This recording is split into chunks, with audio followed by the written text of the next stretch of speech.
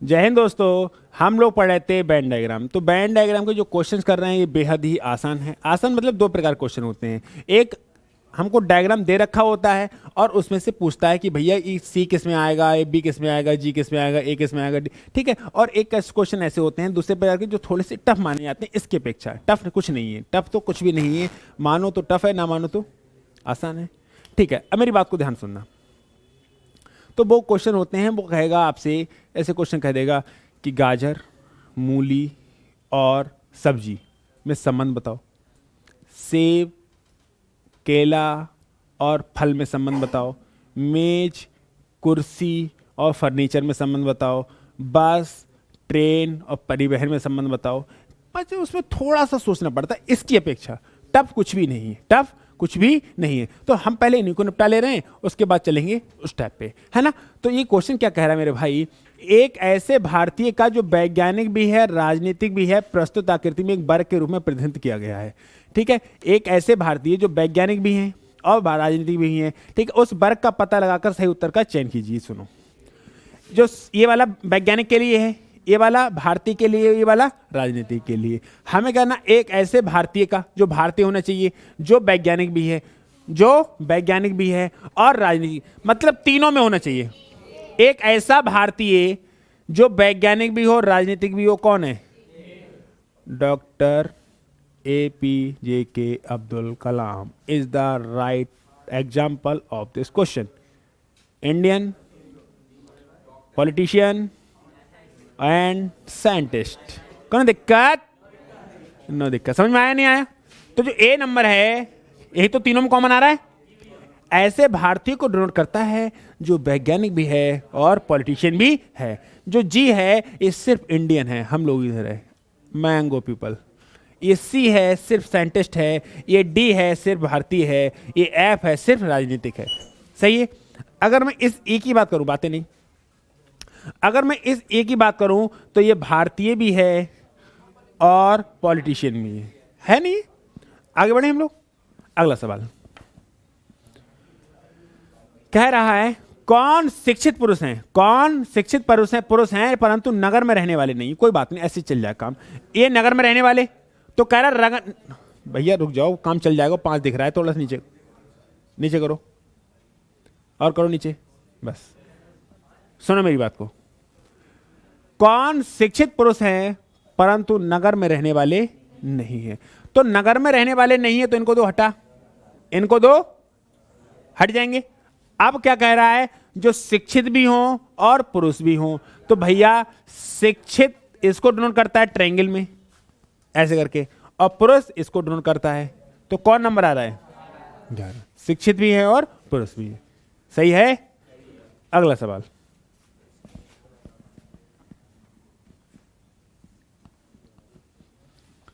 अगला जो सवाल है वो कह रहा है कि नीचे दिए गए चित्र को ध्यानपूर्वक देखिए और उस क्षेत्र को पहचानिए जो ऐसे परिश्रमी को दर्शाता है जो नियोजित नहीं परंतु शिक्षित है। नियोजित नहीं तो काटा पीटी कर दिया ना। अब अपने आप कौन बच गया? तरीका तभी आसान है, जो चीज नहीं है उसको काट दो तो ज्यादा आसान पड़ता है। स्पीड आती आती नहीं आती, वरना तो कर तो वैसे भी लेंगे। जो नहीं है उसको हटा दो तुरंत। अब इन दोनों में कॉमन कौन बचता है? दो इज द सही आंसर। दो इज द, अच्छे से ग्रामर पढ़ो, राइट नहीं होता है, सही होता है। दो इज द राइट आंसर, नहीं, दो इज द सही आंसर। हाँ, लेकिन पूछा क्या है हमसे? नीचे दिए गए चित्र को ध्यानपूर्वक देखिए जो उस क्षेत्र को पहचानिए जो ऐसे परिश्रमों को दर्शाता है जो नियोजित नहीं परंतु शिक्षित हैं। नियोजित नहीं है परंतु शिक्षित है। कौन आ रहा है? दो। कौन आ रहा है? अरे परिश्रमी को दर्शाता है तो परिश्रमी हो और शिक्षित भी हो, लेकिन नियोजित नहीं हो। नियोजित हटा दिया तो परिश्रमी शिक्षित में कॉमन कौन है? दो इज द सही आंसर। आगे बढ़े। इसको देखो, इस आरेख में 100 खिलाड़ी भिन्न भिन्न खेल खेलते हैं। कितने खिलाड़ी फुटबॉल और हॉकी खेलते हैं लेकिन क्रिकेट नहीं खेलते? क्रिकेट नहीं खेलते, क्रिकेट नहीं खेलते, क्रिकेट नहीं खेलते। हटा, हटा दिया। क्रिकेट नहीं खेलते ना। अब देखो, फुटबॉल और हॉकी दोनों कौन खेलते हैं? 15 इज द सही आंसर। सही है। 15 इज द सही आंसर। आ रहा नहीं आ रहा है? सही है। अगला सवाल, ये एसएससी 2009 में आया था। ये देखो, दी गई आकृति कौन सा अक्षर उन नर्सों को दर्शाता है जो डॉक्टर भी है और विशेषज्ञ सब कुछ हैं, सब हैं, और डॉक्टर भी हैं, नर्स भी हैं, कंपाउंडर भी हैं, और मेडिकल भी बैठ जाती हैं, सब काम कर लेती हैं। कौन है ये? आर। कौन है ये? सही है ना? ये तीनों में कॉमन है। सही है, कोई दिक्कत? और एक बात बताऊं मैं, सत्य वाली बात, जब ऐसा क्वेश्चन दे रखा होता है और ये वाली चीज लिखी नहीं होती है तो आदमी रोता है, तो आदमी थोड़ा सा उसे टफ पड़ता है कि यार नाम लिखा होता तो मैं क्लियर कर लेता। वो बेवकूफ है। हम बता रहे कैसे। देखो, अगर वो कहे तो इनमें क्लियर हो गया, सब में आएगी, सब में, तो तुम्हें ये बात कंफर्म हो गई। तो इसको क्या कहते हैं, इसको क्या कहते हैं और इसको क्या कहते हैं, कोई मतलब है? तो एक बात समझ में आ गई, तीनों में कॉमन है। और वो क्वेश्चन कह देता कि वो नर्स नहीं है। कौन नहीं है? तो खाली नर्स नहीं है, तो हमने कहा नर्स को किसका, नर्स अगर किसी को कहा है, बोले नर्स किसको कहा है इसको, तो हम जे वाले काट देते, तुरंत काट देते। बोले नर्स नहीं है, अब दो तो बचेंगी, दोनों में कॉमन कौन? क्यों? वो कह देता कि वो डॉक्टर नहीं है। कौन नहीं है? डॉक्टर नहीं है, और सब कुछ है, और सब कुछ है, तो डॉक्टर वाले काट देते। लेकिन ये चेक नहीं करूंगा मैं, यहां से समय बचेगा, पक्का बचेगा, डेफिनेटली बचेगा। सही है, आगे बढ़े।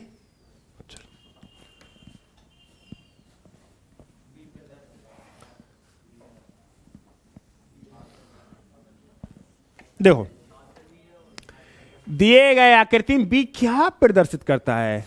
ये भी दो में आ रहा है, छात्र भी है और ट्रेंगल में आ रहा है ना, तो क्या है? डांसर। छात्र भी है, डांसर भी है। वे छात्र हैं और गायक, सॉरी, छात्र और डांसर।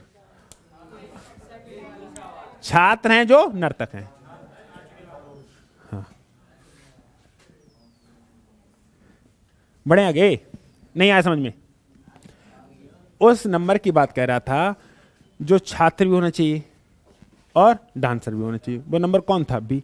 या उल्टा से पूछ लेगा कि जो बी के बारे में बताइए, तो जो बी था वो छात्र में भी आ रहा था और डांसर में भी आ रहा था। सही है बात? बात कतई सही है। इस आरेख में 100 खिलाड़ी भिन्न भिन्न खेल खेलते हैं। खेलने दो। कह रहे कितने खिलाड़ी फुटबॉल और हॉकी खेलते हैं लेकिन क्रिकेट नहीं? सवाल तो दूसरी तरीके से है, चलो कोई बात नहीं। क्रिकेट नहीं खेलते हैं तो फुटबॉल और हॉकी कितने खेलते हैं? 15। सही है।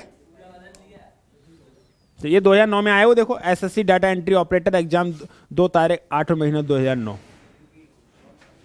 सही है, आगे बढ़े। आरेख में विद्यार्थी दिखाए गए हैं जो गायक, नर्तक और कवि हैं। कोई बात ना है, सुनो अभी नीचे हुए क्वेश्चन। आरेख का अध्ययन कीजिए और उस क्षेत्र की पहचान कीजिए। उन विद्यार्थियों को दर्शाता है जो कवि भी हैं, गायक भी हैं, लेकिन नर्तक। कवि और गायक दोनों। नर्तक हटाओ, आ जाओ आ जाओ आ जाओ आ जाओ। नर्तक हटाओ, कवि और गायक कौन है? टी। क्लियर हुआ? लेकिन स्पीड ऐसे आ रही है, जो नहीं है उसको हटा। हट्टा सावन की घट्टा। सही है। अगला सवाल, अगला सवाल आपकी स्क्रीन पर है। एक वृत्त, एक आयत और एक त्रिभुज से बने निम्नलिखित आरेख का अध्ययन कीजिए, फिर उसके नीचे लिखे प्रश्नों का उत्तर दीजिए। आओ आओ, इन्हें कुछ ज्यादा भांग खाइए, देख रहे हो। विच ऑफ द, अंग्रेजी में पढ़ोगे हिंदी में? हिंदी में। निम्नलिखित में से कौन सी संख्या तीनों आरेखों में साझी? आओ, तीनों में कॉमन कौन? बोलो, तीनों में कॉमन। देखो, ये 20 है, पहले इसको देखो 5 को। ये इसमें भी आ रहा है, इसमें भी आ रहा है और इसमें भी आ रहा नहीं आ रहा है। 20 भी, 14 भी, और ये 3 संख्याएं, 4 संख्याएं हैं। कौन कौन सी? 20, 5, 18, 14। ये 4 संख्याएं तीनों फिगर में कॉमन हैं। तीनों फिगर में कॉमन हैं। देख लो, नन ऑफ दीज। कौन सा हो जाएगा? नन ऑफ दीज, क्योंकि गलत थोड़ी हम। हो ही नहीं सकते। इतने लहू की नजरें खड़े थोड़ी खराब हो जाएंगी। चलो नेक्स्ट।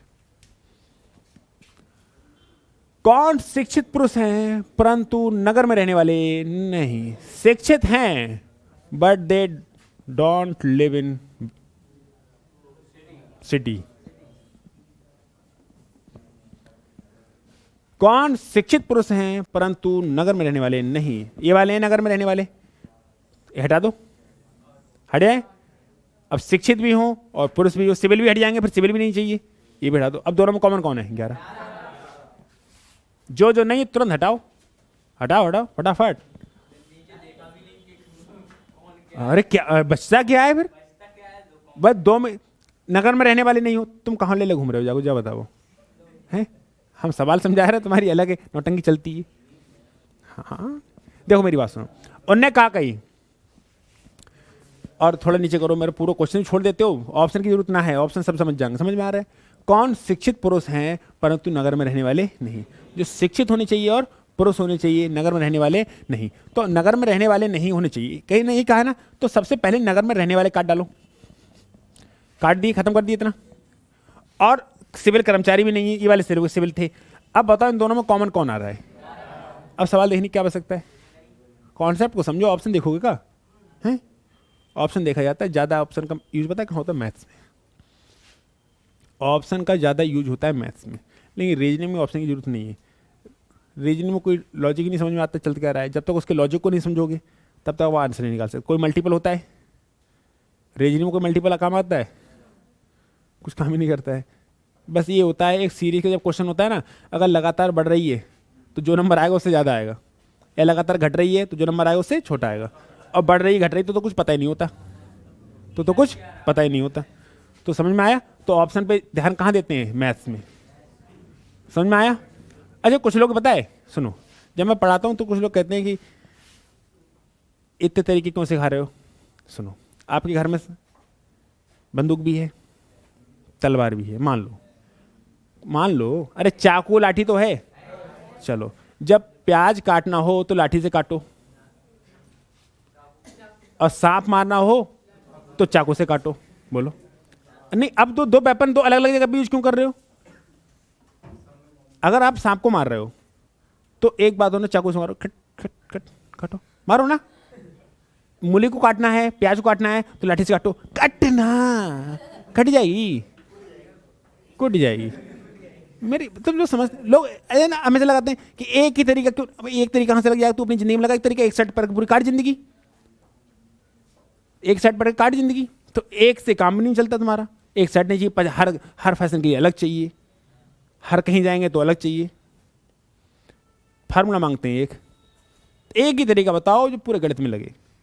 एक ही तरीका बताओ, एक तरीका कहां से काम कर जाएगा भाई? वेपन है इंडियन आर्मी के पास, इतना वेपन है, एक ही खाली परमाणु बम क्यों ना ले लो? जैसे कहा कहीं ले हट, अरे एक बताओ, परमाणु बम है ना, तो जैसे जैसे कोई जैसे तुरंत मुंह उठा ले। अगर कोई सरकार कोई भी है, जैसे मान लो बीजेपी है या कांग्रेस है सत्ता में, ठीक है, दूसरे विपक्ष में, जैसे कोई बोले ले परमाणु बम घर फेंक दो, ले। यार हद होती है हमेशा की यार। नहीं एक बात बताओ, नहीं एक ही चीज कहां से काम कर जाएगी? एक ही चीज काम कर जाएगी हर जगह? एक ही जगह काम, एक ही चीज हर जगह काम कर जाएगी? तो क्यों ऐसा कहते हो? तो एक ही चीज काम कर जाएगा, कहां से कर जाएगी काम? तुम करके दिखाओ। तुम्हारी जिंदगी में ना चल रहा है। अब साइकिल के बाद तुम्हें एक ही साइकिल ना चाहिए, दो साइकिल। मोबाइल लोग अब तो दो ले घूम रहे हैं। सिम ना एक से कम ना चले, सिमो दो चाहिए। अब बताओ, सोशल मीडिया खाली फेसबुक से काम ना चले, हो जितनी सोशल मीडिया सब चाहिए। चैटिंग व्हाट्सएप पे ना होती है? का होती है, तो चैटिंग व्हाट्सएप पे भी हो सकती है, टेक्स्ट मैसेज पे भी हो सकती है, इंस्टा पे भी हो सकती है, और फेसबुक पे भी हो सकती है, टेलीग्राम पे। तो साला सब चीज़ चाहिए तुमको। और वो नए नए पता नहीं कहाँ कहाँ से बन के आ रहे हैं, तो सब कुछ चाहिए। हाँ मैसेंजर वगैरह मैसेज है। तो प्रॉब्लम ये है कि जब तुमको दुनिया भर के तमाम ऐप चाहिए सिर्फ चैटिंग करने के लिए, सोशल, तो एक पे सेटिस्फाई क्यों नहीं हो रहे हो? तो गणित है ये तो। और सुनो, अगर गणित का हुआ ना होता, गणित का हुआ ना होता तो हाई स्कूल के बाद साइडें चेंज नहीं होती। Science side, art side, agriculture, तुम्हारा बायो, होम साइंस, दुनिया भर की साइंस, काय को डर है? कॉमर्स, काय को डर है? गणित को। कितने लोग गणित के डर से साइड चेंज करते हैं? कितने लोग? तो गणित आसान नहीं है 90% चेंज करते हैं किसी सिर्फ गणित के डर से। बनना जैसे पहले दूसरे तीसरे चौथे पांचवें पढ़ जाए 10वें तक आगे पढ़ जाते। अरे बायो, वो उनका किसी का इंटरेस्ट होता है कि मेरे को डॉक्टर बनना है तो वो तो बायो लेगा, लेकिन जो ज्यादातर चेंज करते हैं ना, ज्यादातर चेंज करते हैं वो मैथ्स के डर से करते हैं।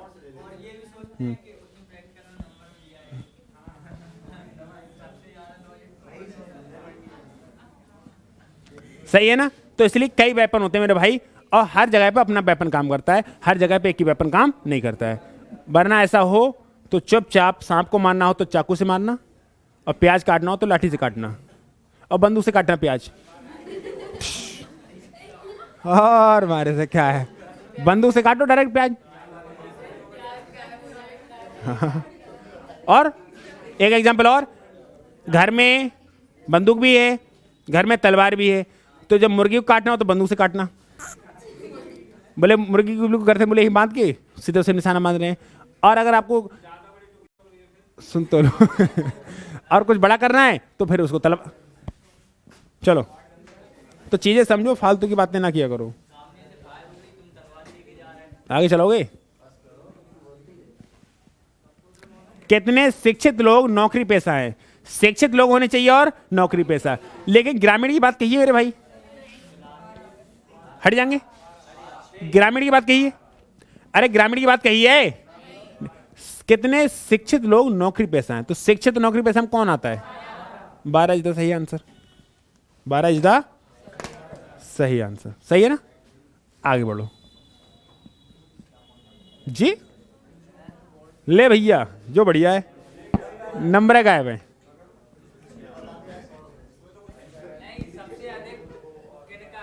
हाँ सुनो, प्रदूषण नियंत्रक बोर्ड के एक संगठन ने इंजीनियर को व्रत, ये इंजीनियर है, को व्रत द्वारा, विधि विशेषज्ञ को वर्ग द्वारा, विधि लॉ वर्ग द्वारा, और पर्यावरण को त्रिकोण एनवायरमेंट, ठीक है, द्वारा। क्लियर हो गया? निम्नलिखित चित्र के अनुसार बोर्ड में सबसे अधिक प्रतिनिधित्व किनका है? सबसे अधिक प्रतिनिधित्व किनका है? बोलो। सबसे ज्यादा रौला किसका है? सालों ने पूरा कब्जा कर रखा है, पूरा। अरे कब्जा कर रखा नहीं रखा है? देखो, ये इंजीनियर को नोट करता है, ये एनवायरमेंट, और ये लॉ। तो कहा है कि निम्नलिखित चित्र के अनुसार बोर्ड में सबसे अधिक प्रतिनिधित्व किसका है? सबसे अधिक प्रतिनिधित्व किसका है? इंजीनियर का। हर जगह रौला है, रौला। सही है? चलो आगे।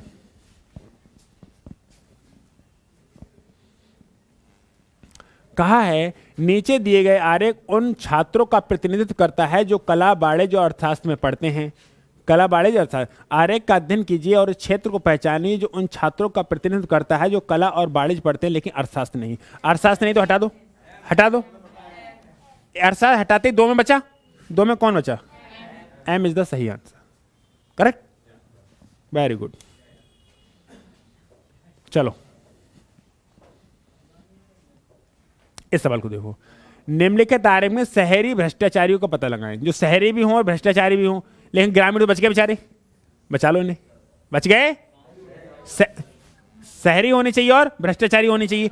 तो सुनो सुनो, सुन लो सुन लो सुन लो, मेरी बात को ध्यान सुनना। शहरी, भ्रष्टाचारी और कर्मचारी, तीन बचे, तीन है तो बचे। शहरी भी, भ्रष्टाचारी भी, और तो कौन है? ये बंदा ये लिखा है, यो कौन है? 9। तो 9 शहरी भी है, भ्रष्टाचारी भी है और कर्मचारी भी है। कर्मचारी। बढ़े आगे। अगला सवाल। त्रिभुज गायों का घोतक है, आयत नर्तकों का घोतक है, वृत्त संगीतकों का घोतक है, वर्ग वादकों का घोतक है। तदनुसार खंड कौन सा है जिसमें गायक शामिल नहीं है? गायक ना हो बस, और गायक के लिए क्या? मैं सुनो, ऐसे सवालों के लिए मैंने बताया था क्या करना है। कहीं पर नंबर लिखेंगे कौन किसको क्या कहें, इन्हें जा कहिए गायक ना हो सब हूं। तो गायक को देख लो, गायक को क्या कहा है, तो त्रिभुज से हटा दो, त्रिभुज हटा दो, अब सब में हो, अब सब हो। तदनुसार वह खंड कौन सा है, अरे तदनुसार वह खंड कौन सा है जिसमें गायक ना हो, जिसमें क्या हो, हटाओ, ऊपर दिखाओ, ऑप्शन देख रहे हो, आओ लौट के आओ, लौट के आओ, लौट के आओ, बस सिर्फ ये कहा ये ना हो और सब हो, और कौन कौन बचो, 7 4 6 5, सही है। अब बताओ क्या आपको इसकी जरूरत पड़ी, ये कौन है, क्या आपको इसकी जरूरत पड़ी, ये कौन है, क्या ये लोग यहीं पे गलती कर देते हैं। अगली बार आप तो गलती नहीं करोगे ना। आपसे जो कहेगी जो नहीं है उसको तुरंत हटा दो, उसको तुरंत हटा दो, जो बचेगा सो बचेगा। अरे इन्हें कहा गायक नहीं होना चाहिए, हमने गायक को हटा दिया। अब कौन कौन बच गए, 5 6 4 7, 5 6 4 7, सही है। अगला सवाल, 1000 व्यक्तियों का सर्वे के दौरान हिंदी, अंग्रेजी और संस्कृत जानने वाले कर्मचारियों का आरेख निम्नलिखित है। तो क्या पूछा है,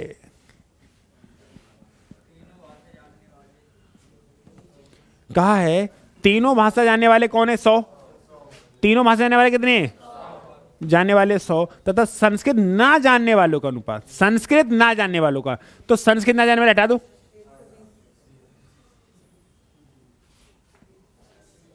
सही है। तीनों भाषा जानने वाले कितने हैं, 100, और संस्कृत ना जानने वालों, संस्कृत ना जानने वाले, तो संस्कृत में यानी हटा दो, तो 200 320 540, 0 0 10 54 5 27 इज द सही आंसर, सही है। कहा तीनों भाषा जानने वाले कितने हैं, 100, कह रहे संस्कृत ना जाने, तो संस्कृत हटा दो, 200 120 और 220, इन सबको जोड़ के कितना आया, 540। क्लियर, कोई दिक्कत, कौन आपत्ति, बढ़े आगे, चलो ले भैया। क्या कह रहा, नीचे दिया गया चित्र उन विद्यार्थियों को प्रदर्शित करता है, कौन करता है, जो क्रिकेट, शतरंज, फुटबॉल सब खेलते हैं, कौन है, कौन है, 8 हैं, भावनाओं में बह जाते हो, भावनाओं में बह जाते हो। सुनो, ये क्रिकेट, शतरंज खिलाड़ी का, फुटबॉल का भी दे रखा है। चित्र को ध्यान से देखें और बताएं सिर्फ एक खेल खेलने वाले विद्यार्थी और तीनों खेल खेलने वाले विद्यार्थियों की संख्या में कितना अंतर है। एक एक खेल खेलने वाले कितने हैं, 18 16 और 26, 18 32 34 34 58, कितने हो गए, 58। कुछ लोगों को जोड़ने में दिक्कत हुई, तुम जोड़ते रहियो, कितने हो गए, 58। कह रहा है चित्र को ध्यान से देखें और बताएं सिर्फ एक खेल खेलने वाले विद्यार्थी, एक खेल खेलने वाले विद्यार्थी हैं, खेलने वाले विद्यार्थी और तीनों खेल खेलने वाले, तीनों खेल खेलने वाले कितने हैं, 8 का अंतर, अंतर पूछा है ना, तो 50, जोड़ पूछा होता तो 66, गुणा पूछी होती तो 58 8 464। अरे ऐसे गुणा होती है, अब 58 8 डायरेक्ट गुणा हुई 464, सोचना पड़ा। ऐसे गुणा करते हैं, 4 और 3 ही कर रहे हैं ना, करते हैं, लेकिन इस पे काम करा गया है, इस पे काम करा गया है, सही है, सबको चंगा। चलो आगे,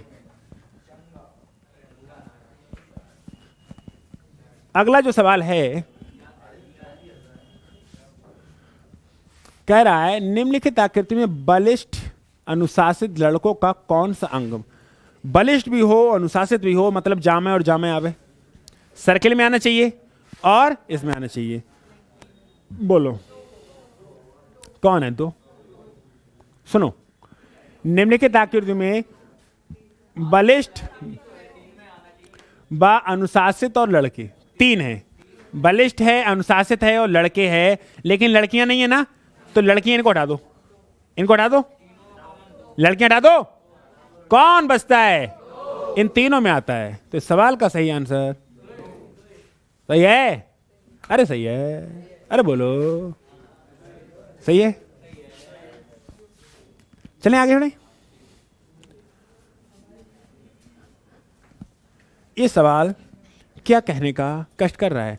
आरेख में उन परीक्षार्थियों की संख्या दी गई है जो विभिन्न परीक्षार्थियों में रसायन विज्ञान, इलेक्ट्रॉनिक, अंग्रेजी में उत्तीर्ण रहे हैं। परीक्षा में बैठने वालों की कुल संख्या इतनी थी, उन परीक्षार्थियों का प्रतिशत क्या है जो कम से कम में 2 में फेल रहे हुए? सुनो सुनो सुनो सुनो सुनो, कुल संख्या कितनी थी? 600। जो कह रहे हैं कम से, और सुनो, अरे सुन ना रहे हो तुम, पहले ये डेटा देखो, फेल वालों का है कि पास वालों का? फेल वालों। और ये सवाल कहा है जो मैंने पहली क्लास का एक सवाल मैंने आपके ऊपर थोपा था। मैंने कहा था कि कम से कम 2 में फेल होने का मतलब जो 3 में फेल है उसको ही माना जाएगा, माना जाएगा। अगर पास होने के लिए 30% चाहिए और तुम 40% ले आए तो तुमको पास नहीं माना जाएगा क्या? माना जाएगा। तो यही बात है, कह रहा है कि जो सब डेटा जो दे रखा है फेल होने वालों का है। किसका डेटा है? फेल होने वाला। और टोटल संख्या कितनी थी? 600। उन परीक्षार्थियों का प्रतिशत क्या है जो कम से कम 2 विषय में फेल रहे हो? तो 15 हैं 2 विषय में फेल, 22 भी हैं 2 विषय में फेल, और 28 भी 2 विषय में फेल है। नहीं है, लेकिन ये 10 को भी माना काहे माना जाएगा? अगर 70% पे पास होते हो, 80% ले आए तो फेल नहीं माने जाओगे मेरे भाई, फेल नहीं माने जाओगे, पास माने जाओगे। तो भैया 2 विषय में फेल हो या 3 विषय में फेल हो तो फेल। तो सुनो, 10 और जोड़ दो तो 28, 50, 60, 75 कितना आया? फेल भाई 75 कितने में से? और गुणा 100, डबल जीरो खत्म। 75/6, 12 छंग 72, नहीं आया। सुनो मेरी बात को ध्यान से सुनना, काटूं या ऐसे समझ जाओगे? लो 12 छंग 72 बचा 3.5, 12 छंग 72 12.5 आ जाएगा। नंबर कितने आए मतलब फेल कितने भाई? 75। कितने में से? 600 में से, गुणा 100, काटा पीटी करी, आंसर आया 12.5। सही है, कोई दिक्कत तो ना हो रही। बढ़े आगे।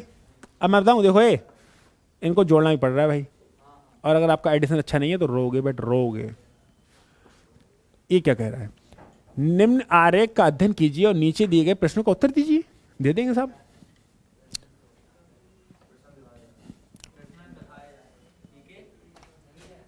पर्सन नहीं है, ऐसी बात है। दूसरे तो जाको मतलब छोड़ो, जाको अपना एटीट्यूड दिखा दो अलग। 1.5 की चला है, जाको बना ले रहे।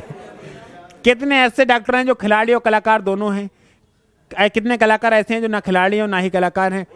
क्वेश्चन सेम है, वो तो खामोखा की बात है। अच्छा क्वेश्चन देख के कोई लग रहा है ऐसा कुछ? सब कुछ तो डेटा दे रखा है। आओ हम दिखा दे रहे तुमको, आओ हम बना दे रहे हैं। देखो दिस इज सर्किल, किसको डोनेट करता है? प्लेयर्स को। और त्रिभुज डॉक्टर, और जो आर्टिस्ट। लो बताइए कितने डॉक्टर ऐसे हैं, कितने डॉक्टर ऐसे हैं जो खिलाड़ी नहीं हैं? कितने डॉक्टर ऐसे हैं जो खिलाड़ी नहीं है लेकिन आर्टिस्ट हैं? बन जाएगा नहीं बन जाएगा? कितने प्लेयर्स ऐसे हैं जो आर्टिस्ट नहीं हैं लेकिन डॉक्टर हैं? बन जाएंगे नहीं बन जाएंगे? इसी टाइप के क्वेश्चन है फिलहाल। कोई बात ना है, तो क्वेश्चन देख के थोड़ी बोल रहे हैं हम, तो बना के बोल रहे हैं। सही है, फिलहाल मामला हमें समझ में आ गया, कोई दिक्कत होने वाली। मिलेंगे हम लोग, अच्छा इस टाइप के तो निपट जाएंगे ना, कोई आवश्यकता है नहीं करने की। मिलेंगे हम लोग, अब हम शुरू करने जा रहे हैं बैंड डायग्राम का पार्ट 2, जिसको बिंदास तरीके से अलग अंदाज में पढ़ने जा रहे हैं। मिलेंगे हम लोग नेक्स्ट क्लास में बैंड डायग्राम के। स्वस्थ रहिए, मस्त रहिए और पढ़ाई करने में व्यस्त रहिए।